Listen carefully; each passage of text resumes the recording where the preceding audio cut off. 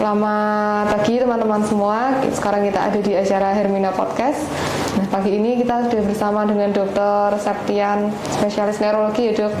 Dokter spesialis saraf di Rumah Sakit Hermina Banyumanik. Nah, pada pagi hari ini kita akan sama-sama membahas tentang temanya stroke ya dok ya. Nah, mungkin di sekitar masyarakat ini banyak mungkin ya dok ya yang kena stroke. Mungkin ada yang tahu gejalanya, ada yang nggak tahu. Makanya tiba-tiba misalnya bisa datang udah gejalanya udah lebih berat gitu ya dok ya. Nah, sebenarnya secara awam sendiri stroke itu apa dok? Ya, terima kasih. Selamat pagi semuanya. Di sini kita membicarakan stroke ya. Dari awal, dari definisi stroke itu intinya adalah segala kelainan yang muncul yang mendadak, yang dipastikan itu bukan dari penyebab lain selain gangguan aliran darah maupun pembuluh darah. Jadi yang kata kunci di sini adalah mendadak. Sebelumnya nggak pernah ada, tiba-tiba mendadak. Contohnya tiba-tiba pelo atau tiba-tiba lemah anggota gerak, tiba-tiba nyeri kepala sebelah atau tiba-tiba muntah, mau jatuh terus seperti itu. Pokoknya kalau ada tiba-tiba tidak disertai yang lain, misalnya bukan karena benturan atau bukan karena sakit lama atau bukan karena kecelakaan misalnya, yaitu kita sudah curiganya stroke dan sebaiknya dibawa ke dokter sesegera mungkin. Kalau faktor resikonya dok bisa jadi stroke gitu mungkin dari bertahun-tahun yang lalu atau bisa tiba-tiba mendadak jadi stroke gitu. Ya terima kasih. Stroke itu faktor resikonya ada dua, yaitu yang bisa dicegah sama yang tidak bisa dicegah. Yang tidak bisa dicegah tentu saja susah ya, maksudnya kalau misalnya itu karena ketahuan pembuluh darah penderita stroke ada yang lebih sempit terus tiba-tiba pecah, ya itu memang susah. Tapi faktor risiko yang bisa dicegah itu harusnya secara lifestyle bisa kita cegah sebelum terjadinya stroke.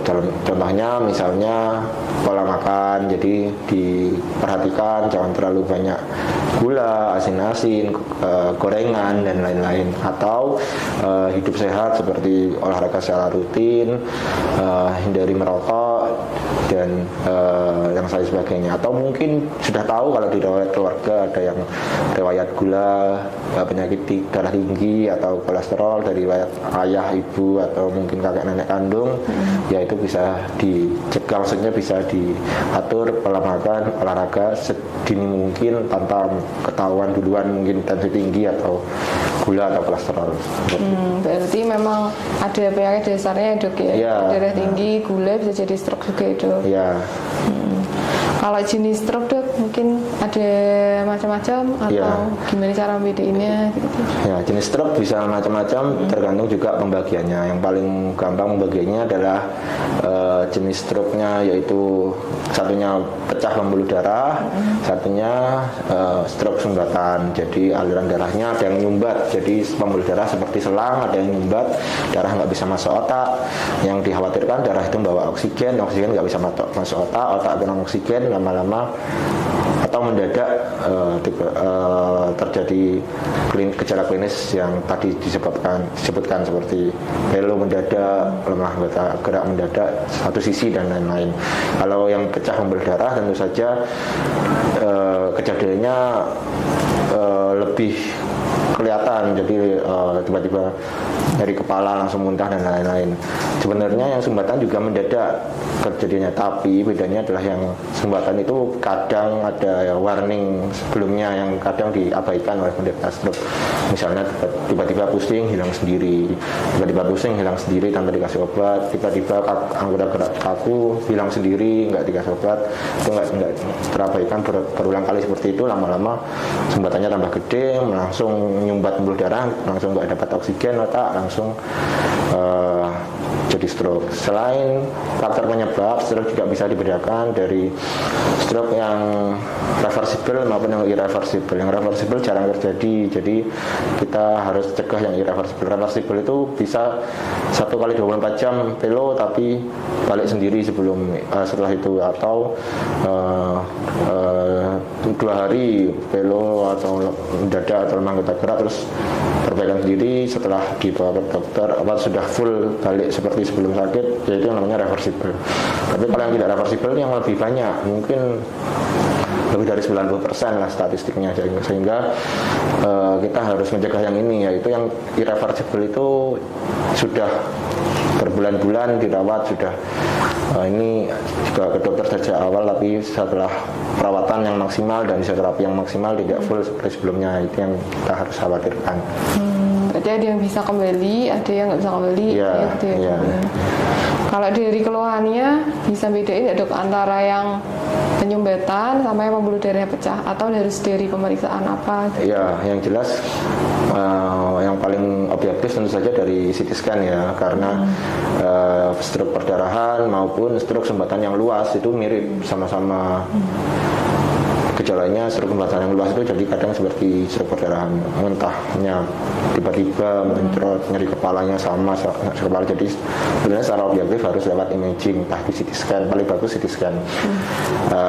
Cuman balik lagi, yang perdarahan itu walaupun memang mungkin ada warning sebelumnya, karena kebanyakan paling sering penyebabnya adalah hipertensi, perdarahan lebih sering tanpa warning sehingga tiba-tiba pecah pembuluh darah, muntah, dan dicek ternyata perdarahan. Sedangkan yang sumbatan biasanya ada warning sebelumnya. Sumbatan yang luas sendiri pun biasanya warningnya bisa nyeri dada, karena sumbatan yang luas itu kadang penyebabnya sumbatan dari jantung, paling sering sumbatan jantung lepas kotak. Jadi yang punya riwayat penyakit jantung juga harus hati-hati, sumbatannya lepas kotak, jadi sumbatannya luas, seperti itu. Kalau gejala awal misalnya di rumah tiba-tiba mengeluh apa, misalnya pelo atau anggota geraknya lemah gitu ya dok? Iya. Itu harus segera periksa ya dok? Iya. Harus segera periksa.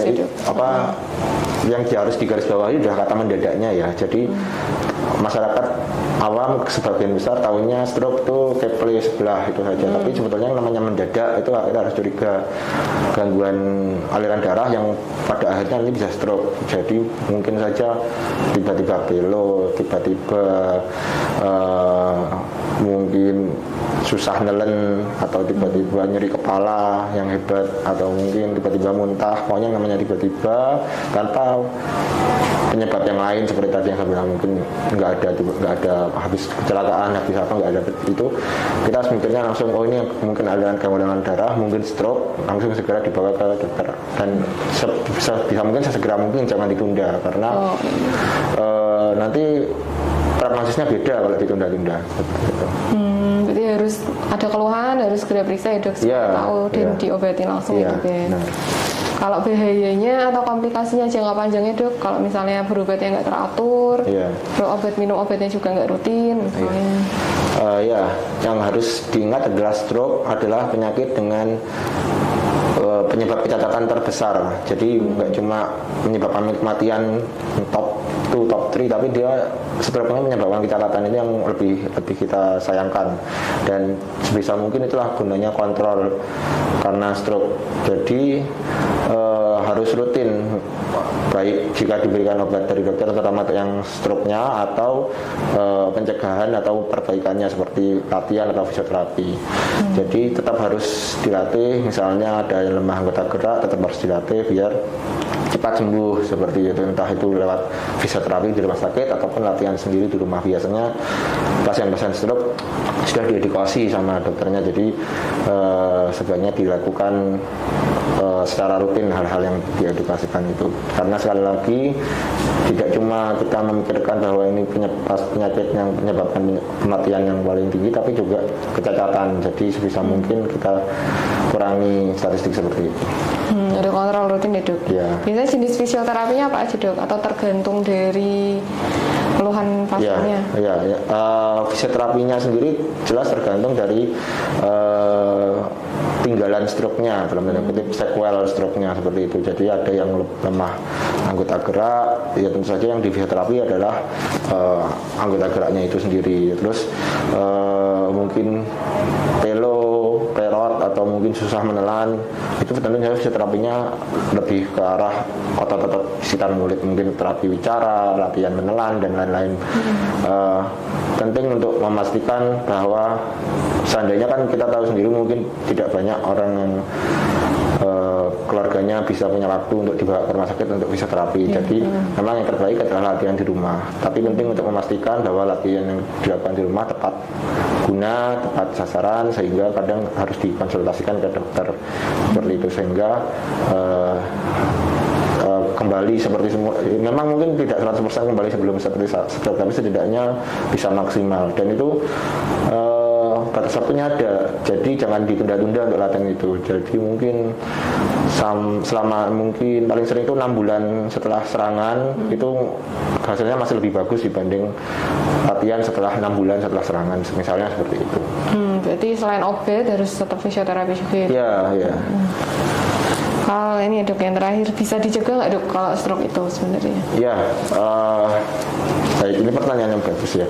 Stroke itu macam-macam tadi balik. Kalau misalnya memang pencetusnya adalah yang tidak bisa dimodifikasi, ya memang mungkin ada yang mengeluh saya sudah melakukan pola hidup sehat dan lain-lain tapi masih kena stroke, ya memang sangat disayangkan. Tapi yang bisa kita lakukan adalah yang bisa faktor pencetus yang bisa kita cegah itu bisa segera dilakukan tiap hari.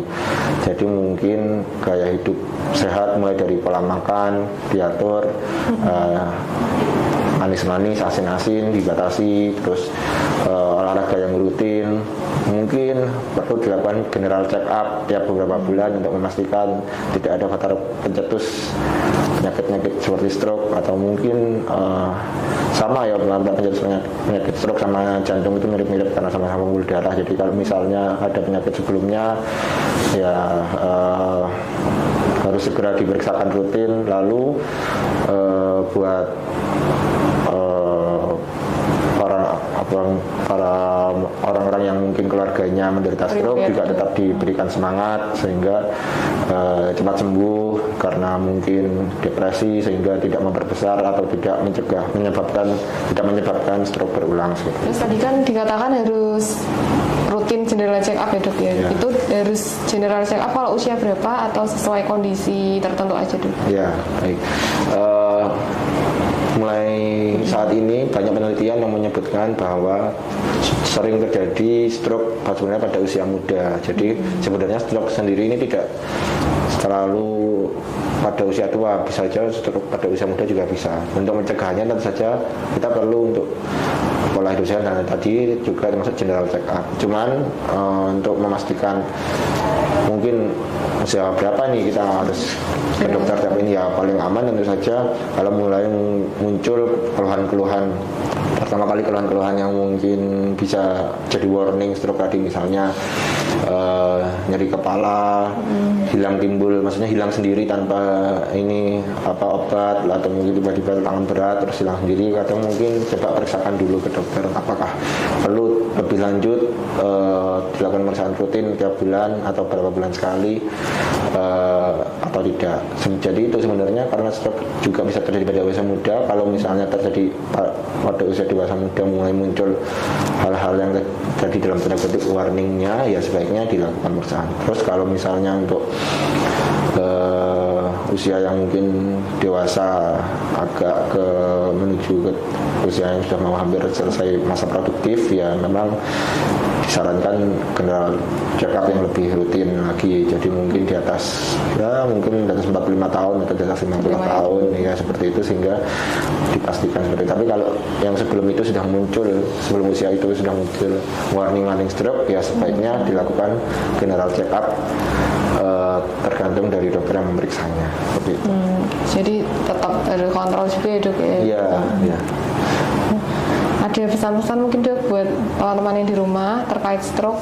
Ya, tadi balik lagi, stroke itu adalah penyakit yang intinya segala sesuatunya terjadi mendadak. Jadi tetap harus segera mungkin bisa dihindari, apalagi jika kita melihat bahwa ini penyebab kecacatan paling tinggi. Jangan sampai itu menjadi beban bagi yang lain dan lain-lain. Selain itu, jika ada faktor risiko seperti yang tadi disebutkan, dihindari, pola makan dijaga, olahraga yang rutin, sehingga semaksimal mungkin bisa terhindar dari stroke. Lalu jika sudah ada mungkin anggota keluarga atau sanak saudara yang menderita stroke atau mungkin teman, tetap disupport, jangan lupa tetap diberi semangat untuk latihan, terus kontrol rutin ke dokter. Jangan biarkan menderita stroke depresi. Jadi istilahnya kita sama-sama menjaga kualitas hidup baik yang tidak kena stroke maupun kena stroke jadi lebih baik lagi. Oke, jadi memang stroke itu sebenarnya bisa dicegah ya dok ya? Ya. Dan kalau memang sudah ada keluhan, segera periksa ke dokter supaya harus kontrol rutin. Dan kalau memang perlu fisioterapi. Ya, gitu. betul. Nah, sekian dari Dr. Septian tentang stroke. Semoga bermanfaat untuk teman-teman semua. Selamat siang. Ya, siang.